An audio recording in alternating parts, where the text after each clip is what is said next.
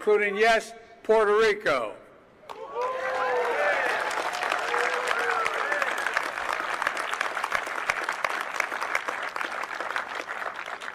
I'd like to take that guy for a swim out there. Anyway. There you have it. Joe Biden appeared to make a joke about drowning Donald Trump in Puerto Rico. At least that's what I think he meant. I'm pretty sure that's what he meant by take that guy for a swim out there. Now, I was very precise, very particular about my language. The reason I said appeared to is because Joe Biden did not use a name. He did not name Donald Trump by name. So there is the slight possibility that he was talking about Tony Hinchcliffe, since Hinchcliffe made the joke about Puerto Rico. But given that Joe Biden has a long history and a long record of talking about taking him, referring to Donald Trump, taking him out behind the gym so he could presumably beat him up, and making all sorts of veiled threats against Donald Trump, in my heart of hearts, I believe that's what he was talking about. I believe that's who he was talking about. And of course, Joe Biden spent a good portion of the speech bashing Donald Trump. So, I think the logical conclusion is that he was making that sort of joke. But it doesn't matter. I mean, yes, it is worse if he's joking about drowning the former president, potentially next president of the United States. But no matter who, he's making a joke about killing someone. Wait a minute, I thought jokes were bad. I thought you couldn't make a joke about trash. I thought you couldn't make a joke about an island of trash. I thought, where's the line here? Because to me, a joke, this is much worse than any of the jokes we saw this past weekend. Is Kamala Harris going to be asked about this? Is she going to be asked to denounce this? Yes, I get Joe Biden isn't running for president, but guess what? He's the president right now. She's his current vice president. Is she going to be asked whether she denounces his rhetoric? Is she going to be asked to defend this joke for the next upcoming week? This just shows the selective outrage from the left. This shows the double standard. And yes, I get for the conservatives and Republicans and all of you who are firmly in the Trump camp, you're like, of course we know that, Daniel. Like, that's not breaking news. But I do get a lot of independents and undecideds that watch my channel. I really do. And so that right there, I hope that joke, and I hope the lack of reaction to it really showcases the double standard that we have in the media right now. So Trump was in Pennsylvania earlier today, and he actually was greeted by a Puerto Rican when he was on stage. And of course, this is all over the news, and a lot of people are wondering how this will impact the race. Of course, this is one small incident, so it's not necessarily reflective of the mood across the entire nation, but it is a promising sign. Mr. President, I just wanted to tell you that I moved here in 1981 from Puerto Rico, and I want you to know that Puerto Rico stands behind you, and Puerto Rico loves you.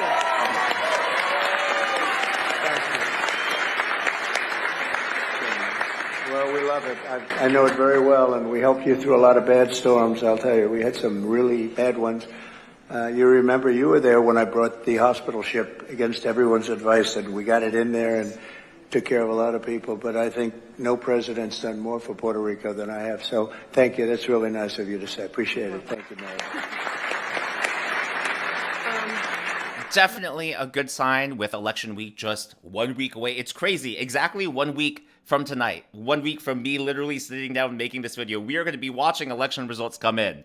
I'm excited. I don't know about you, but I'm thrilled. This feels like the political Super Bowl. I mean, it is the political Super Bowl. So for those of you who are really addicted to the news, politics, and at the end of the day, we all just love the country and want to see what's best. It's really an exciting time. Yes, nerve-wracking, but also exciting, also very hopeful. And part of what the Trump campaign now is doing, they just released behind-the-scenes footage. So over the summer was the DNC, right, in August, and Kamala Harris gave her speech, and she started, with like 1,000 thank yous, and it was a very scripted speech, as we expect. Well, the Trump campaign has just now released behind-the-scenes footage of Trump reacting to that. You can sort of see his war room. They're posting on social media in real time, all his advisors. And from what I'm hearing, this is just the first of several clips to come out, and this makes me excited to see what else we're going to see from behind the scenes from Team Trump.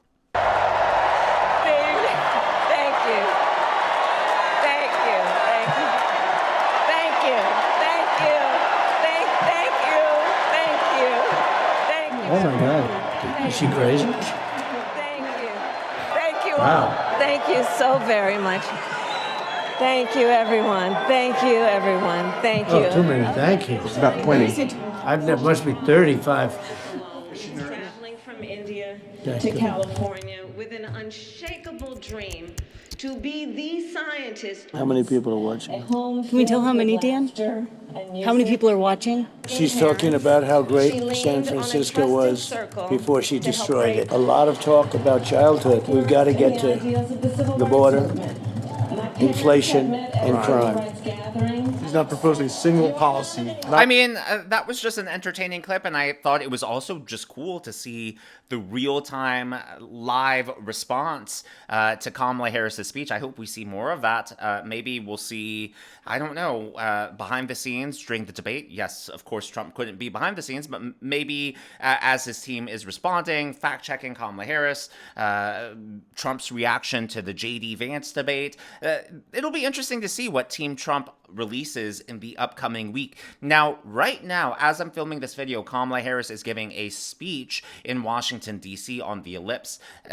She chose that place specifically because that's where Trump had his January 6th rally. A huge crowd turned out for Trump. Some estimates said that as many as 1 million people showed up in Washington, D.C. Now, what is really impressive about Trump's crowd size is Washington, D.C. is arguably one of the bluest places in the country. So that meant that all those Trump supporters had to travel to Washington, D.C. They couldn't just, walk down the street. They couldn't just drive down the road. They actually had to travel there, fly there, bus there, fly across the country. And so Trump's turnout on January 6th was really impressive. Meanwhile, Kamala Harris, oh, wait a minute. Before I tell you this, I just remembered. In 1924, you know who else held a rally on the Ellipse? Who? I mean, are we going to talk about this, Kamala Harris? I mean, if Trump can be compared to the Nazis because he held a rally in Madison Square Garden, I mean, take a look at the exact same place where Kamala is holding her rally. Anyone in the media want to talk about? Democrats? Anyone? Hello? Well, so Kamala Harris has been in the middle of a plagiarism scandal. She's been accused of copying Donald Trump's policies. Now, she's even copying his rallies. Can't make this stuff up. Take a look. Now, I'm going to play this clip. Actually, before I play this clip, let's play a game. What is Donald Trump's rally theme song? I know there are a lot of rally theme songs. He loves to end with Nessun Dorma, which I love if you think about the opera and just the symbolism and those lyrics. And then the music itself is just amazing. But aside from that, and aside from Lee Greenwald's God Bless the USA, what's Trump's theme song? Just think about it. His rally theme song. I'm going to play this clip, and let's see if you got it right.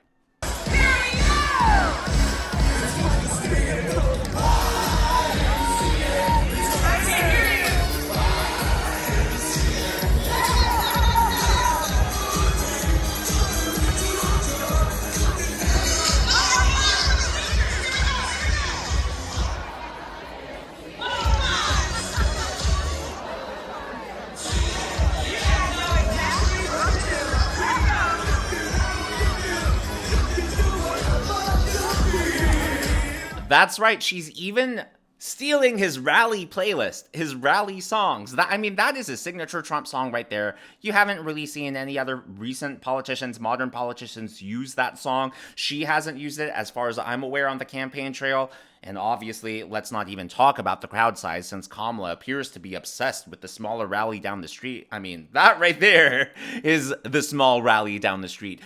But what's even more embarrassing for her, so like I mentioned earlier, Washington, D.C., it is a deep blue city. People can just walk out their door, walk down the street, drive down the road, and come up to the rally. And even though it's a deep blue city, apparently, it appears as if perhaps the Harris campaign is bussing in supporters to this rally. Just take a look at this clip that's going viral on X. What's up, everyone? I'm like 100 feet away from the entrance to Kamala Harris's big rally in D.C., and look what I found. Lines of buses. So when Kamala talks about her crowd being so large tonight, just know it's all fake. They were all bussed in. Let's take a walk. Look how long this bus line goes.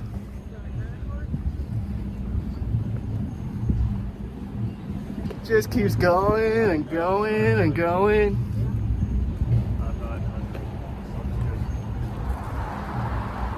I think they know they're busted.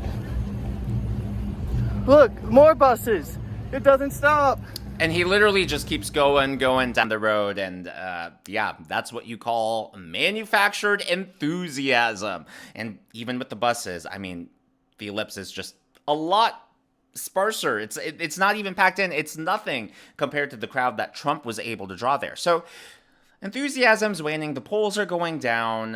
Democrats are desperate. They're grasping at everything they can to try to tank Trump's campaign. They feel the momentum. And by the way, the momentum is still on Trump's side. If you take a look at the polls, the Atlas Intel poll that just came out today, has Trump ahead in every state but North Carolina. Atlas Intel, the most reliable, the most accurate pollster in 2020. Now, I will give them, I will put a bit of a disclaimer there. Atlas Intel was accurate on the national level. They weren't so accurate in the swing state, the individual state polling, but even on the national election, national level this cycle, Atlas Intel actually has Trump up. So great news for Trump. So all of that to say, the Democrats are desperate. So they're trying different tactics out. They're trying different policies. They're trying different lines of attack to see what sticks. And here is what Tim Walz is deciding to focus on with just, 6 and a third of a day, 6 and a fourth of the day left. Coach, thank you for the time. I think you might have swayed down the middle Chris here. I think he's the voting. porn thing. I'm pro-porn. Yeah, okay, excellent work by you guys. Hey, you do what you do. You be you. You be you is my thought. I mean, yeah, priorities, right? People are struggling financially. The world is on fire.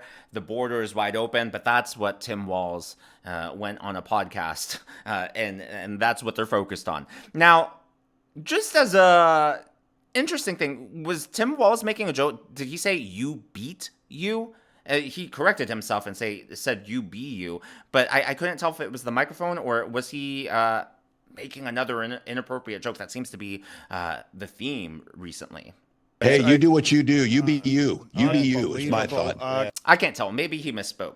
As always, all of this is just my analysis, just my commentary, and that's what's going on in the world of politics from my point of view, and I would love to hear from you. What do you think about, going back to the original story of the video, do you think Joe Biden was joking about drowning Donald Trump, or do you think it was a joke about drowning Tony Hinchcliffe? Doesn't matter who he was talking about. At the end of the day, he was joking about drowning somebody. Now, I will defend his right to say what he said. He has free speech, just like the rest of us. However, I do, and I will again, call out the hypocrisy. I will call out the selective outrage of the left.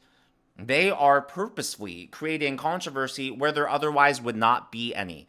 But the fact that they're creating a controversy out of nothing, tells you just how desperate they are, and man, oh man, do I love to see it. If you haven't already, please be sure to give me a thumbs up. I know it's a simple thing to ask, but it really does help me in the algorithm to reach more viewers like you. And that fruit fly is going to get on my nerves. It is just hovering around here. Ugh. That's what I get. I left strawberries out on the counter. I love, y'all, Driscoll's strawberries, random. But they are the best flavored strawberries, and once a year they come out with their sweetest batch variety, and at room temperature, just the best thing. But now I have to suffer the consequences. Be sure to smash that subscribe button and check out one of these videos.